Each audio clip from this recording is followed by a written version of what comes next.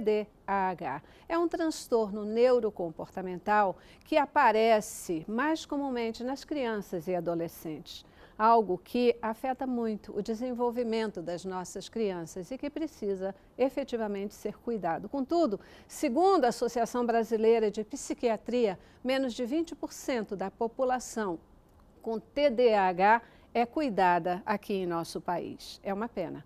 No Cabeça para Cima de hoje, a gente quer conversar sobre esse transtorno e você vai conhecer também uma escola que foi preparada para cuidar de crianças com TDAH. Começamos com o nosso informativo. Distração, agitação ou hiperatividade, impulsividade, esquecimento, desorganização.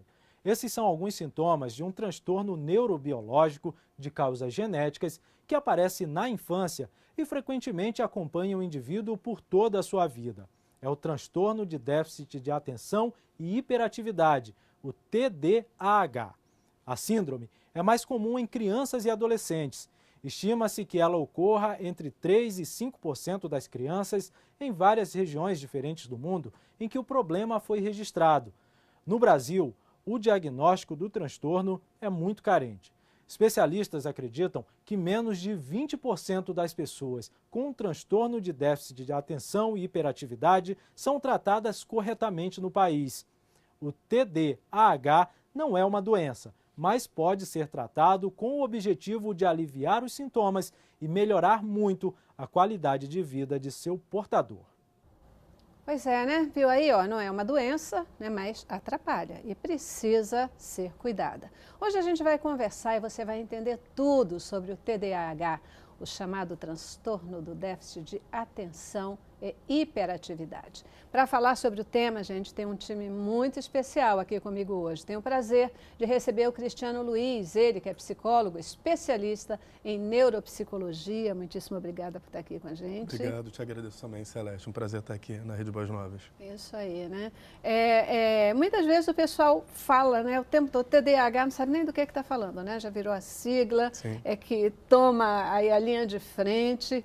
Mas, e às vezes uma criança, só porque ela é um pouquinho mais agitada, já vai aí sendo diagnosticada com TDAH, né? Isso aí. Virou um pouquinho de lugar comum essa história? Pode-se dizer que sim, e vai ser maravilhoso estar aqui para explicar um pouquinho mais para as pessoas. Bacana, isso aí. Também conosco hoje o Gabriel Froze. Gabriel é advogado, mas ele é também o proprietário de uma escola que foi preparada para alunos com déficit de atenção. Muitíssimo obrigado por estar aqui com a gente. Obrigado, Celeste. É uma honra estar aqui e poder falar alguma coisa com vocês. Isso aí, um prazer. Fiquei curiosíssima, né, para entender, inclusive, a sua motivação para uma escola desse tipo. E a gente quer conhecer aqui bastante sobre ela, viu? Obrigadíssima, Legal. de verdade. E completa o nosso time de hoje o Davi Balducci. Davi é pedagogo e ele é também coordenador internacional desta escola que você vai conhecer. Obrigada por estar aqui com a gente. Muito obrigado pelo convite, Celeste. É muito bom estar aqui com todos vocês. Isso aí. Pois é, né, gente? TDAH, a gente fala tanto sobre isso. Muitas vezes as pessoas, até uma criança que ela começa a ser mais ativa e tal, todo mundo já diz, é hiperativa, tem TDAH. Isso é um diagnóstico fácil de fazer? É muito comum, efetivamente, nas crianças esse tipo de problema? Na verdade, acontece bastante as famílias, né, terem filhos que têm algum comportamento agitado e que, por conta de se falar bastante sobre o TDAH, já classificarem, né, meu filho tem TDAH, né? E eu acho que a grande questão atual é o que está acontecendo com essas crianças que têm essa suspeita do TDAH em buscar os profissionais especializados para fazer esse diagnóstico, né? Hoje nós temos para avaliadores do TDAH, os profissionais mais indicados, que seriam um neurologista infantil, e o psicólogo com a especialização de neuropsicologia, porque esse psicólogo com a formação de neuropsicologia vai ter condições de usar testagens psicológicas, né? E tem também, claro, uma formação mais específica para analisar o que seriam esses déficits atencionais, né? Através dessas testagens. E o que vem acontecendo recentemente é que algumas pessoas procuram o neurologista, às vezes preenchem apenas uma guia marcando alguns sintomas e às vezes pode ficar confundido esse diagnóstico com outras coisas. Por exemplo, uma criança com depressão, ela pode apresentar sintomas muito semelhantes. Uma criança com algum transtorno de ansiedade podem ter sintomas semelhantes ao TDAH. Então, tem que ter uma avaliação mais apurada, mais detalhada e o que acontece na neuropsicologia para poder fechar esse diagnóstico, tá? Eu diria isso num primeiro momento. A gente diz, né, é um transtorno neurocomportamental, né? O que ela causa? Quais são os prejuízos que a gente pode colocar assim que o TDAH causa numa criança? Olha, a princípio, a descrença de todas as pessoas quando ela fala que não entendeu nada. Isso é um grande problema. Se um pai escuta o filho falar, pai, não quero fazer o dever. Mas por que você não quer? Não estou entendendo. Não, meu filho não quer nada. A primeira coisa que vem na cabeça pela criação que, assim, eu tive, muitas pessoas, imagino que estão assistindo o programa também tiveram. Meu filho não quer nada. Acredita no seu filho.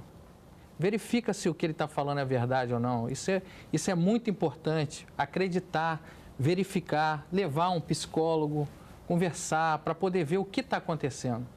Isso, se você deixar a coisa rolar, né, como se diz no popular, se deixar rolar, vai prejudicar, porque lá na frente você vai ver que ele está indo mal realmente e aí causa depressão, causa uma série de outros problemas, bloqueios, entendeu? Então tem que ser levado a sério. A gente fica assim, né? O que vem antes, o que vem depois? A depressão, que pode, né, ser confundida com o TDAH, ou de repente o TDAH que causa depressão. Isso.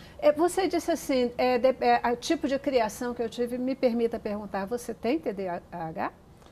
Olha, eu até estava conversando ali fora, eu acho que eu tenho um pouquinho de TDAH. Porque, normalmente, não é querendo dizer que eu sou melhor do que ninguém, pelo contrário, né? Eu acho que todas as pessoas têm alguma coisa que elas gostam de fazer. E quem tem déficit de atenção é isso. Se o cara se interessar por alguma coisa, ele vai ser fera naquilo. Normalmente, tem vários jornalistas que têm TDAH. E por que ele foi para essa área? Porque é paixão, ele aprende sem sentir que está aprendendo. Então, quando ele começa a pesquisar aqui, pesquisar ali, esse é o segredo de quem tem problemas de necessidades específicas. Ele, para aprender alguma coisa, ele tem que se interessar pelo que ele está, tem que ser estimulado a isso. Perfeito. Isso é muito importante. Deixa eu fazer uma pergunta para o meu pedagogo aqui, Davi. Normalmente a gente fala isso, né? A criança tem mais dificuldade de aprendizagem, essa questão toda. Essa criança, ela tem algum problema mais neurológico, ela tem dificuldade de aprendizagem? Eu vou usar uma linguagem aqui péssima, né? Mas só para usar mesmo, ela é uma criança que normalmente acaba sendo chamada de burra, porque ela tem mais dificuldade de aprendizagem? Ninguém é burro, tá, gente? Eu estou usando aqui só para caracterizar, ninguém é burro na vida, ninguém. Né? Mas muitas vezes a gente acaba chamando a criança, né? Ela tem mais dificuldade, porque a criança é boa. Aí que ela vai ter mais dificuldade mesmo. Mas é esse tipo de criança? Bom, o que acontece, Celeste, é que as pessoas aprendem de formas diferentes, né? Só que o sistema, pelo menos o sistema tradicional, vamos dizer, de uma sala de aula, o professor, ele é o centro das atenções, só ele fala, todas as atenções, todo mundo tem que prestar atenção nele o tempo todo, né? E esse sistema não é muito não funciona bem para quem tem TDAH. Ou seja, ele não consegue ficar prestando atenção o tempo todo só para aquela pessoa falando. Então, o que o precisa ser feito é mudar a forma de ensinar. Para que porque ela não é, obviamente, a pessoa que tem TDAH não é burra, né?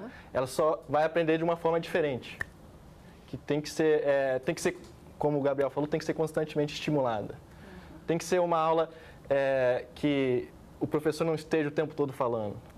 Tem que envolver o aluno também, colocar ele como parte da aula, entendeu? Um transtorno neurocomportamental. Explica isso pra gente. Então, neurocomportamental, porque na base do diagnóstico, a investigação que vai ser feita na avaliação neuropsicológica é como vai estar funcionando o processo atencional, né? Então, é óbvio que em vários momentos da avaliação a gente vai estar investigando outros domínios cognitivos, né? Mas iremos priorizar muito mais, né, os testes ligados à atenção para perceber de fato um prejuízo, né, desse paciente no momento quando ele está realizando os testes atencionais, né? E ter atenção ao que o outro está falando, né, principalmente dentro do contexto da escola, vai favorecer a aprendizagem, né? Quer dizer, antes da memorização, né, eu preciso ter a atenção focada. E um momento que eu não tenho essa atenção focada, a aprendizagem não vai acontecer. Então, o TDAH ele não tem problemas especificamente na memória, mas no que precisa acontecer, né, antes para a capacidade da gente de usar a nossa de memorização ocorrer, né? E daí existe tratamentos específicos, aí seria no caso com o neurologista, com medicamentos que vão favorecer especificamente a atenção para que os outros domínios cognitivos possam funcionar com maior força, com maior intensidade.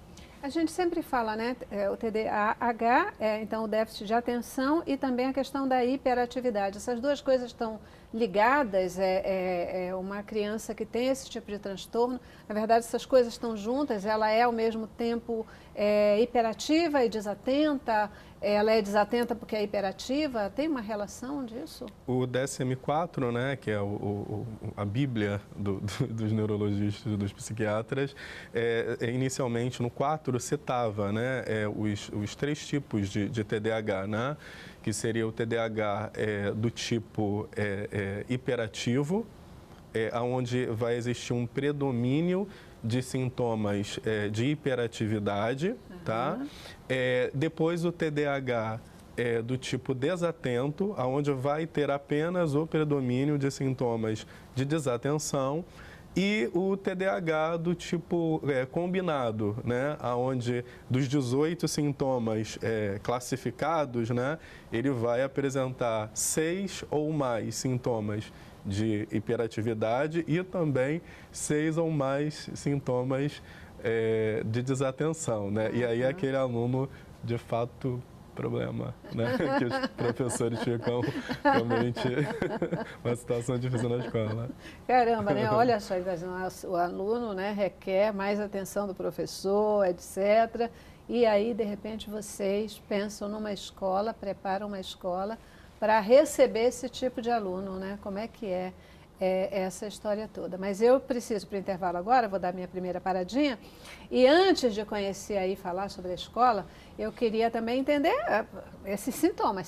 São 6? 18 no total, sintomas. 9 de hiperatividade e 9 de desatenção. De desatenção. Vamos conhecer esses sintomas, como é que isso tem alguma causa, dá para a gente pontuar por que uma criança ela tem TDAH, isso, aquelas perguntas que a gente faz, tem cura, né? Uma criança, não é uma doença, mas tudo bem, tem cura, como é que a gente lida com essa história, né? Como é que a gente faz com que essa criança desenvolva o seu processo de aprendizagem? Já, já, depois do nosso intervalo. Vamos lá. Cabeça pra cima. Cabeça pra cima. Hoje aqui conversando com você sobre o TDAH. Você tem uma criança em casa que ela é hiperativa, pelo menos você acha que ela é hiperativa, porque ela é muito agitada, de repente está tendo algum tipo de problema no desempenho escolar e aí você ainda não sabe o que fazer com ela ou como ajudá-la a melhorar o desempenho. É sobre essas questões que a gente está conversando aqui hoje, que talvez possa ajudar você, ajudar também a sua criança, o seu adolescente, né? Porque às vezes a gente fica muito irritada, não tem paciência e aí acabou. O principal ponto que onde uma criança com TDAH é afetada é a questão cerebral, a questão comportamental. Bom, acredito que a questão comportamental, sim. Uhum. Eu acredito que a falta de atenção, ela pode ter alguns motivos que o psicólogo aqui Cristiano pode explicar, mas às vezes isso pode também vir de casa, de coisas que estão acontecendo na casa dessa criança, pais se separando, problemas que chegam até eles e eles bloqueiam outras coisas começam a ficar fechada para eles, entendeu? Então eu acho que isso afeta. O que acontece em casa pode afetar na criança na escola e pode até direcionar ele para esse caminho de ter o déficit de atenção. Então ele tem que ter interesse, ele tem que ter alegria, ele tem que ver uma saída, uma luz no final do túnel, para poder ele se sentir, pô, eu vou seguir essa luz. Ele precisa disso. A criança, o adolescente, nós já passamos por isso, né? Então, nessa fase, a gente pensava que nem sabia que a gente ia chegar aos 30. É verdade. Eu não sabia que ia chegar aos 30. Passei. Mas eu acho que é muito importante a gente ter esse carinho com as crianças e com os adolescentes, acreditando neles, conversando com eles, tendo um tratamento de escola, psicólogo e psicoterapeuta também. Ou seja, tem que ter um caminho a traçar para que ele saia do estágio que ele está e que ele consiga falar. Tem muitas crianças que travam, né? Eles ficam travados. Uhum. E, Gabriel, você está falando sobre essas questões e muitas vezes a gente vai ver que crianças, elas carregam um tempão na vida essa trava, né, com relação à aprendizagem, e são crianças extremamente inteligentes, mas elas tiveram um bloqueio no momento errado e isso vai trazer entrave para elas por muito tempo na vida, não é mesmo? E a escola precisa ter atenção para isso. Com certeza.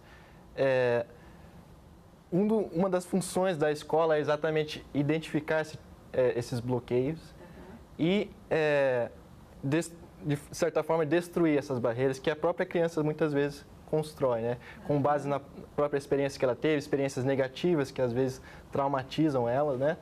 E a escola tem que estar preparada para atender essas crianças e fazer com que elas sonhem grande mesmo, que elas não sejam paralisadas por traumas passados. Traumas e às vezes palavras, né, questões que vão criar mesmo comportamentos que não têm nada a ver. Por isso que a gente fala, né, que o TDAH, a gente está se referindo a isso, porque é sobre isso que a gente está conversando hoje, mas como ele pode ser prejudicial, como ele pode atrapalhar a vida e o desenvolvimento de uma criança, de um adolescente, se não for cuidado, se não for olhado. Eu quero já conversar um pouquinho mais sobre a escola, mas antes eu queria entender o seguinte, isso não é uma doença, né? Se diz não é uma doença. Como é que é? Não é uma doença, é um transtorno, é uma síndrome? Às vezes a gente leigo, né, se perde um pouco no meio dessas Sim. palavras. Síndrome, transtorno, qual é a diferença? É porque dentro da saúde mental, né, a gente utiliza, por grande parte, o termo transtorno, porque o tipo de avaliação que realizaremos, ela vai ser clínica no aspecto de você está apresentando determinados grupos de sintomas, né, e que, de acordo com as pesquisas, vai se convencionar em chamar de um transtorno, tá? E aí por isso que a gente não usa o termo doença. E aí foi uma perguntinha que você já colocou, mas já me obriga a falar da questão do você tem cura, né? E aí em psicologia, na psiquiatria, a gente não vai estar utilizando o termo cura, né? Mas existe o tratamento, né? Que pode ser através de uma psicoterapia, de um trabalho de psicoeducação, que é o que acontece muito no TDAH, né? A família participando, né, junto do processo, né, para fazer a coisa acontecer. Tá? Então, não existe a cura, mas existe o tratamento, né, e que ameniza os sintomas e que a pessoa realmente aprende a lidar, né? Mas não com o mesmo sofrimento de quando a pessoa não fazia o tratamento, né? É um outro nível. Perfeito. E fala um pouquinho para mim, o que é isso de repente, o que motivou você, Gabriel, a fazer uma escola, a pensar uma escola, né? Quando a gente está dizendo, olha, esse transtorno está aí, menos de 20% das pessoas identificadas com TDAH, elas não têm nenhum tipo de tratamento e, de repente, você é levado a pensar numa escola, preparar uma escola para receber também crianças com esse problema. O que te motivou? Bom, o que motivou é a situação de um pai de uma filha que tem déficit de atenção. Eu sou casado há 23 anos e minha esposa teve 4 AVCs. E isso me fez ter jogado, né, na criação dos meus 3 filhos. E os 3 filhos são bem diferentes. E eu encontrei muita coisa errada acontecendo em várias escolas. Tipo, se a criança tem toda a linha de pensamento correta numa matéria como matemática, numa equação. Ele fez tudo certo. No final, ele teve uma falta de atenção. E aí ele recebe 0. E se ele tem falta de atenção na prova toda, ele tira 0 em tudo, mesmo ele sabendo a matéria. Isso não encaixou na minha cabeça de jeito nenhum. E eu ficava olhando tudo que estava acontecendo e, por exemplo, essa minha mais nova tem déficit de atenção e as pessoas sabem o que é ter déficit de atenção. A minha escola, ela não é só para quem tem déficit de atenção. São para todos. O ensino lá é em excelência. Nós somos uma escola bilíngue, cristã. E com isso eu estou querendo mostrar o seguinte, quem tem déficit de atenção, ele pode. Ele pode se adequar aos que não têm. É só o modo ser feito diferente. Normalmente, os professores, de uma forma em geral, podem até ficar com raiva um pouco de mim, mas eles não acreditam. Quem não tem esse problema, não acredita. Ah, esse garoto não quer nada. Já ensinei e tal, ensinei de novo. Ele olha para a minha cara e não consegue entender. Quem tem déficit de atenção é assim. Tem que ter um estalo para o cara entender, tem que ter uma coisa a mais, ele tem que estar interessado naquilo. E o que é diferente lá para poder, no caso, os professores, mesmo os professores que ainda não acreditam, mesmo dizendo que acreditam, o que é diferente? É o sistema de avaliação. O sistema de avaliação é totalmente diferente de todas as outras escolas.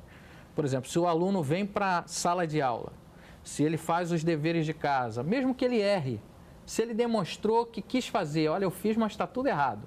Fez, está tudo errado, ok, você vai receber uma pontuação por isso. Ele soube pensar, né? Ele procurou, soube chegar lá. ele está querendo, Você valoriza o esforço. Ele tem que ser motivado. Se ele fez os projetos, se ele tem um bom comportamento, isso é falado para ele, olha, se você tiver um bom comportamento, se você for legal, se você demonstrar que quer e tal, se você preencher tudo isso, fazendo os deveres, você tem a nota 7. O que é um bom comportamento nesse caso? Um bom comportamento é demonstrar que quer aprender.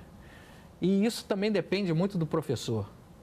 É como a gente estava falando, né? Então, mas eles já sabem disso. E existem alunos, pasme, que têm bloqueio de entrar dentro de uma escola. Com certeza. Ele tem trauma de fazer uma prova. Com certeza. ele tem trauma de qualquer coisa que o professor vai falar com ele. Não. Porque ele já sabe que ele vai ser bombado, né? Vai ser reprovado. Isso, exatamente. Tal. Se ele tiver um errinho, não adianta ele saber pensar e construir. Ele já criou o bloqueio, ele falou, não quero mais saber. Eu sou burro mesmo, que se dane. Mas, na verdade, essas crianças são gênios. Eles são geniais. Eu posso te dizer que tem alguns deles que se sobressaem mais do que alguns que não têm nada. Por que todo mundo tem que saber matemática, tem que gostar de matemática? Tem Exatamente. gente que gosta de psicologia. Que bom. Pois é. Tem gente que gosta de teatro, tem gente que gosta de música. E são habilidades que elas não são menores de maneira nenhuma, né? Do que Você as veja, habilidades Celeste, científicas. o camarada de déficit de atenção vai sair falando inglês fluentemente. Isso é possível? Pois é. É uma coisa super legal, não é? Ah, com certeza, com Então, certeza. se a educação física é dada em inglês, se as aulas são dadas em inglês, se ele tem alguma dificuldade, ele tem reforço depois, mas ele tem que ser estimulado, o tempo todo ele tem que estar estimulado, entendeu?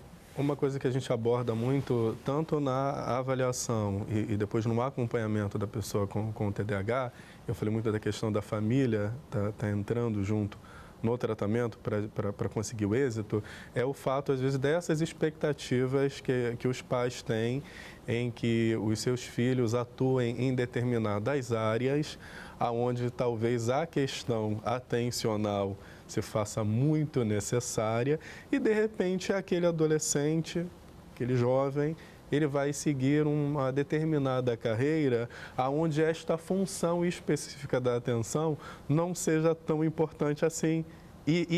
Mas outras áreas cognitivas que estão também preservadas, né, e que têm, às vezes, alto funcionamento, de alguma maneira poderá ser explorada. É verdade. Né? Como que acontece no próprio autismo. Né? Nos Estados Unidos, e tem vários exemplos, né, de cineasta que tem autismo, é claro, fez um ótimo trabalho de tratamento na infância com essa pessoa e que atua na questão das artes.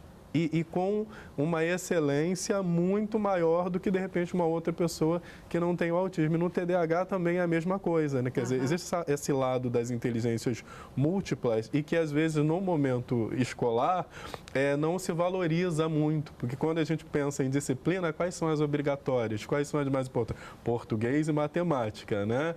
Aí depois entra química e física. E quando você não tem êxito ali, parece que você não é um fracassado. É um fracassado, né? Vai ganhar os termos, né? É burro, não é inteligente, né? E às vezes a pessoa já lá atrás já vai muito bem em biologia, já vai muito bem em história e às vezes não é valorizado. Um dos grandes problemas que a gente vê, e graças a Deus isso tem mudado de maneira significativa, é essa questão familiar, né? Ah, não, eu quero que meu filho seja médico, eu quero que meu filho seja advogado, eu quero que meu filho seja isso, seja aquilo, só que essa criança, de repente, ela não tem essa motivação, não tem essas habilidades. E aí, como ela não tem essas habilidades, parece que ela não tem competência para outras. E muitas vezes vai ser um péssimo profissional nessa área, sim, porque foi forçado, não se teve atenção para aquilo, para seus pontos fortes, para aquilo que ela efetivamente faz bem, né?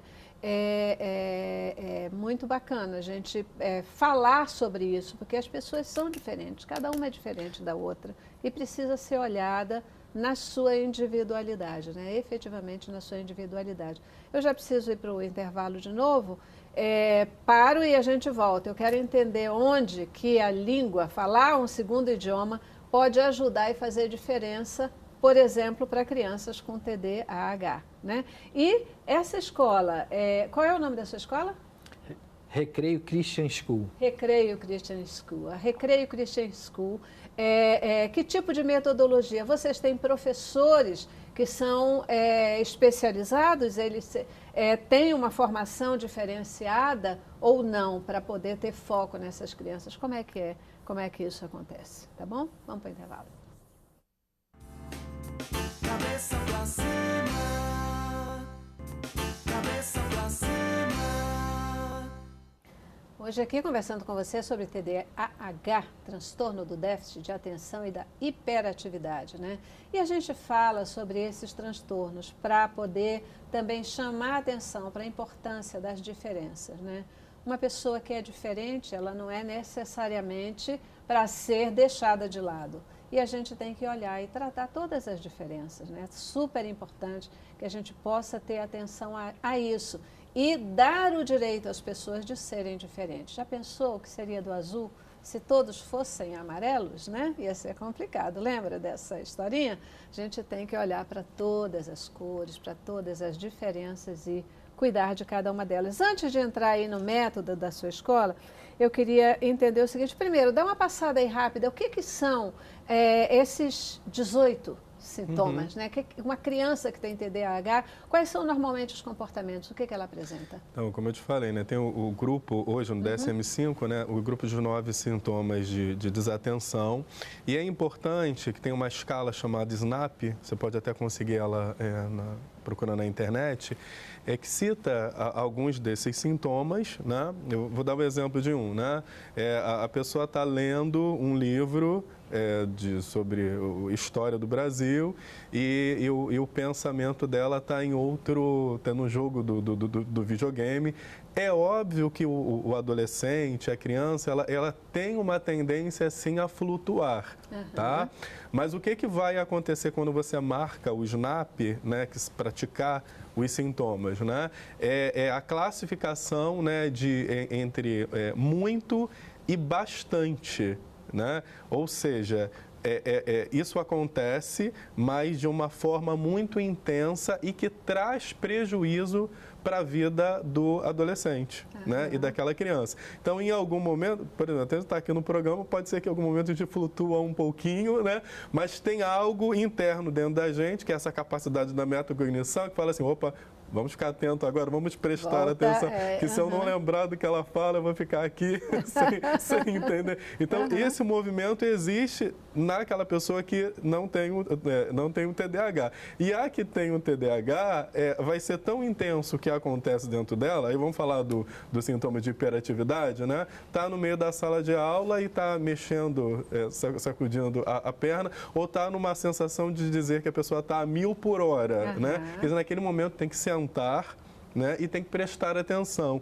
E ela, por mais que ela saiba, porque a escola vai direcionar as regras específicas do que tem que fazer dentro de sala de aula, ele não consegue dar conta disso. Então, fazendo esse comparativo, né, porque eu acho que a grande possibilidade de diagnosticar após os 7 anos é porque quando a gente tem um filho em casa, né? Tudo que ele faz, até o mais agitado, é bonitinho, a espoleta, né? Aquela coisa toda, né? Aliás, a criança quer ficar muito quieta, a gente diz assim, opa, tem alguma coisa errada, né? De fato. Mas quando entra na escola, tem várias crianças com 7, com 8, com 9 anos, que é a mesma idade específica, e a gente vai estar percebendo que o comportamento destoa, né? E é importantíssimo perceber esses quadros de sintomas, né? Trazendo tanto prejuízo em casa, quer dizer, a criança ela vai apresentar esses sintomas tanto em casa como também na escola, para poder fechar um diagnóstico de TDAH. Então,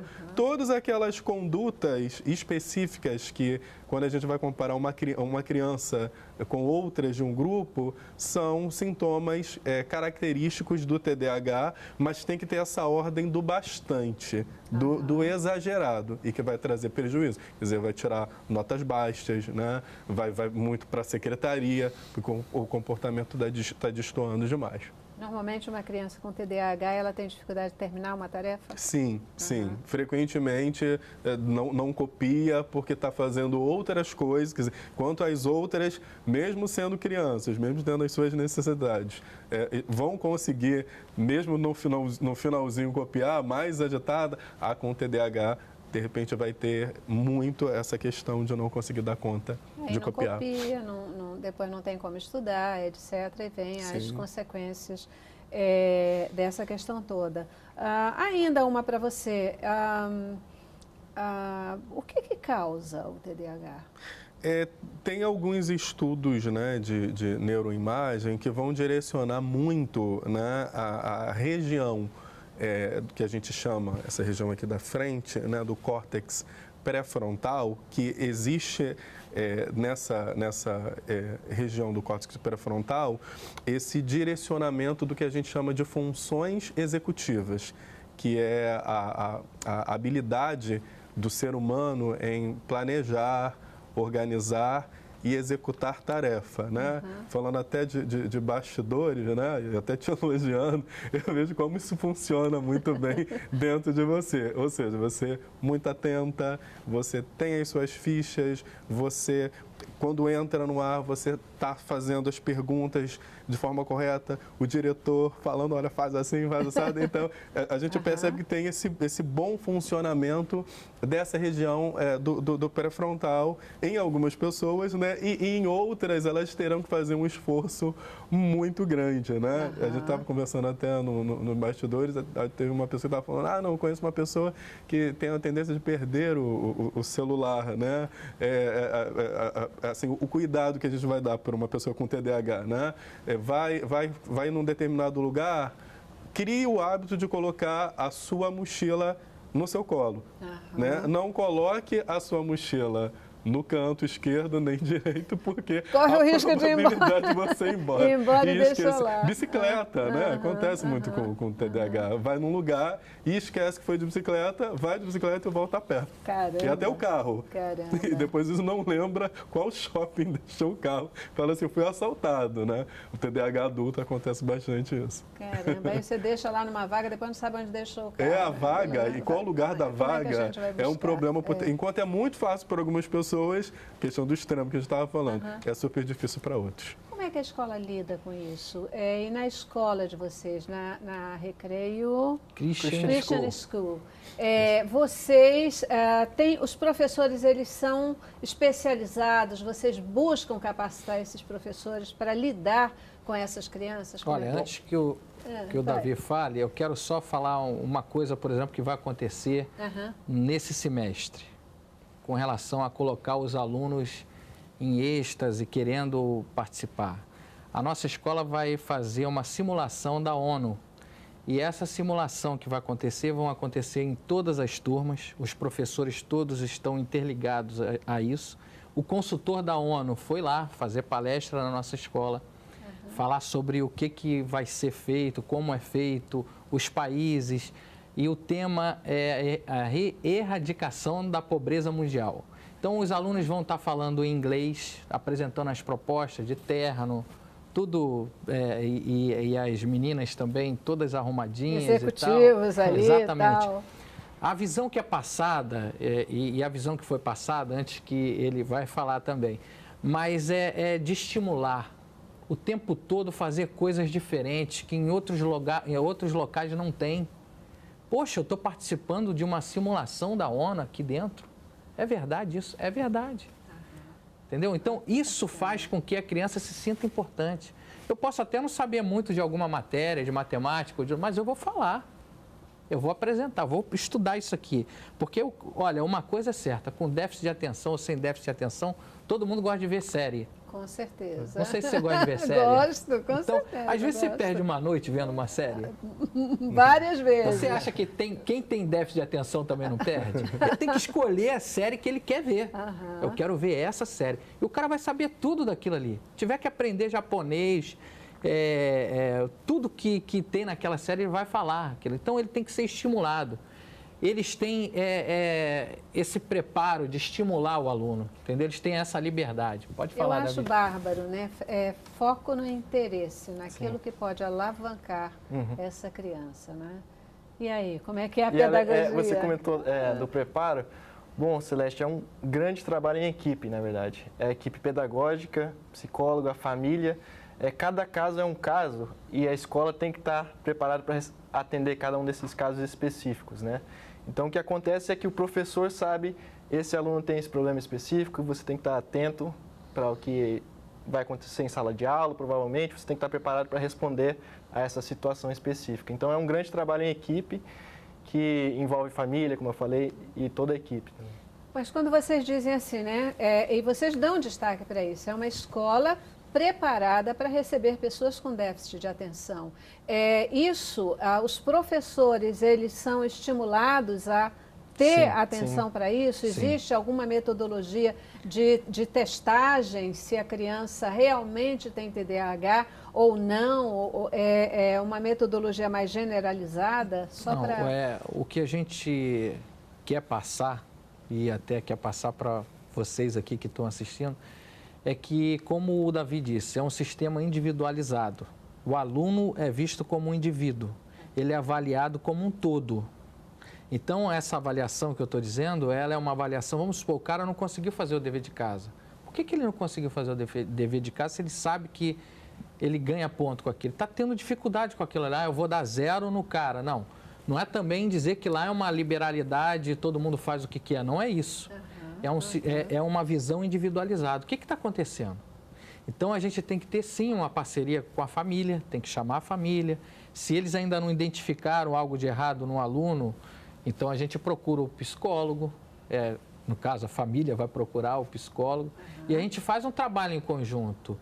E se ele já tem determinado isso para a criança, olha, ele tem essa dificuldade, a gente vai estar olhando isso individualizado naquele aluno ali. Você não vai dizer, essa escola não pode ficar porque essa escola é só para alunos the best, né? Não, exatamente, ele pode eu ia ficar chegar aqui. nisso. Olha, a nossa escola tem alunos lá que vão ser, sinceramente, vão ser primeiros lugares em várias faculdades, até no Enem. Mas nós não queremos aqueles que os outros falam, esse cara não vai bem no Enem, então eu não quero saber desse cara, ele não quer nada, está tirando nota ruim. Não, que isso? Lá a gente estimula o aluno a tirar o melhor dele. Não importa se ele vai bem no Enem ou não, importa que ele está sendo feliz. A criança tem que ser feliz.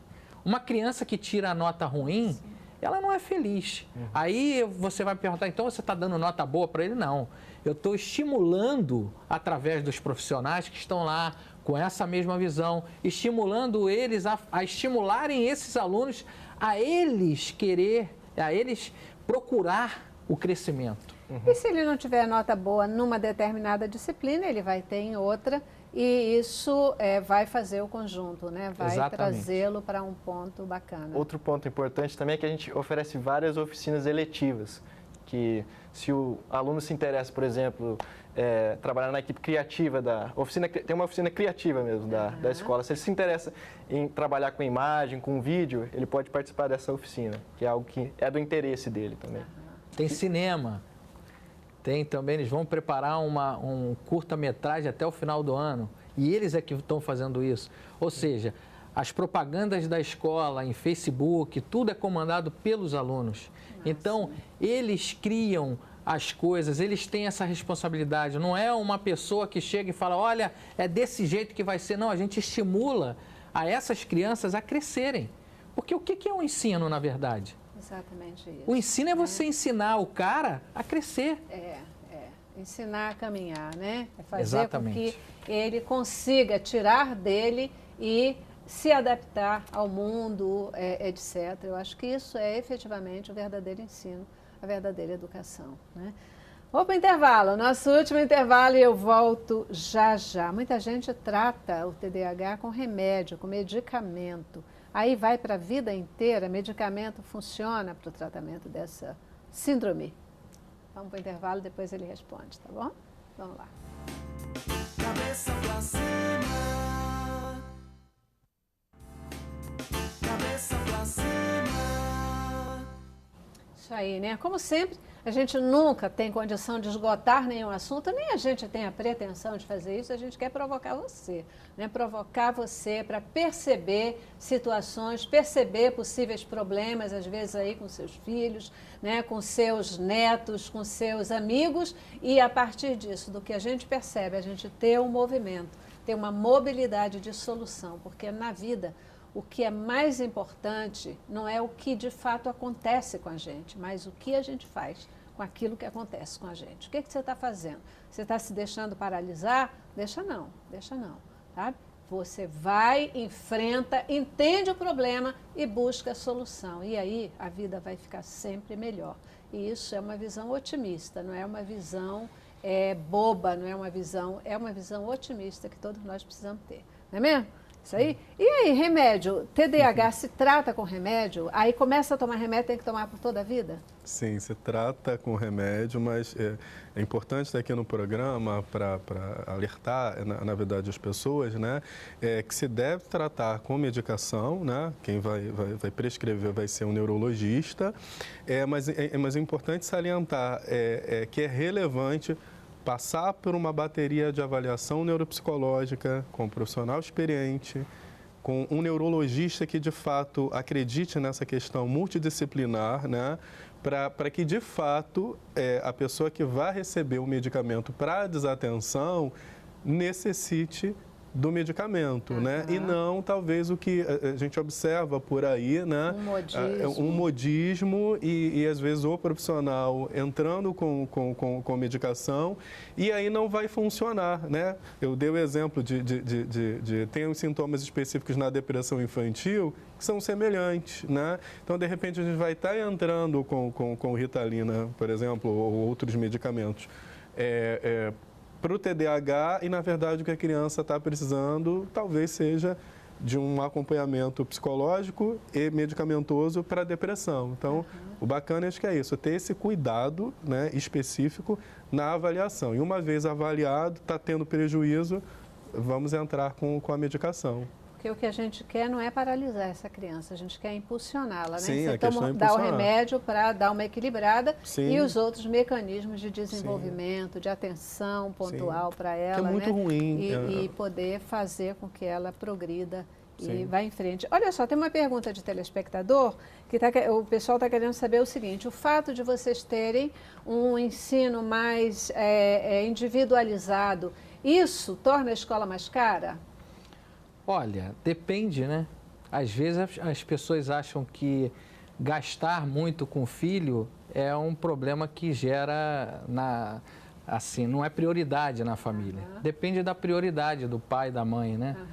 Eu imagino que tudo que requer um cuidado especial, você tem que ter um controle de pessoas e uma contratação normal, que é o normal. Agora, se o governo puder estimular isso, e a minha ideia e missão até com essa escola é que muitas pessoas imitem, que o próprio governo faça esse tipo de individualização, né? Esse tipo de coisa. É uma coisa que vai de cada um, né? Tem gente que prioriza mais algumas coisas do que outras coisas. Tem gente que tem carro caro. Mas não paga uma boa escola. Mas não paga uma boa escola para o filho. É isso aí. Na verdade, quando o próprio governo diz, né, e está certo, que, por exemplo, uma criança que ela tem uma síndrome diferenciada, ou uma criança surda, muitas vezes ela tem que estar numa classe comum, isso é bom para a sociabilidade, mas na verdade precisa ter especialistas ali, né? Tem que ter alguém que consiga tratar e lidar com esse aluno que tem essa diferença, senão não adianta ela estar numa classe comum. Essa criança vai ser prejudicada e não desenvolvida. Então esse olhar é o olhar que realmente a gente sonha para a nossa escola. E já existem leis verdade, específicas, né? Inclusive, sobre essa temática. Eu trabalhei também numa instituição para criança com deficiência, né? E inclusive para o próprio autismo, né? Antigamente os pais pagavam pelo mediador na escola particular, né? E agora esse custo, por lei, está voltado para a própria escola, né? E, na verdade, eu acho que é a conduta, que é dividir, né?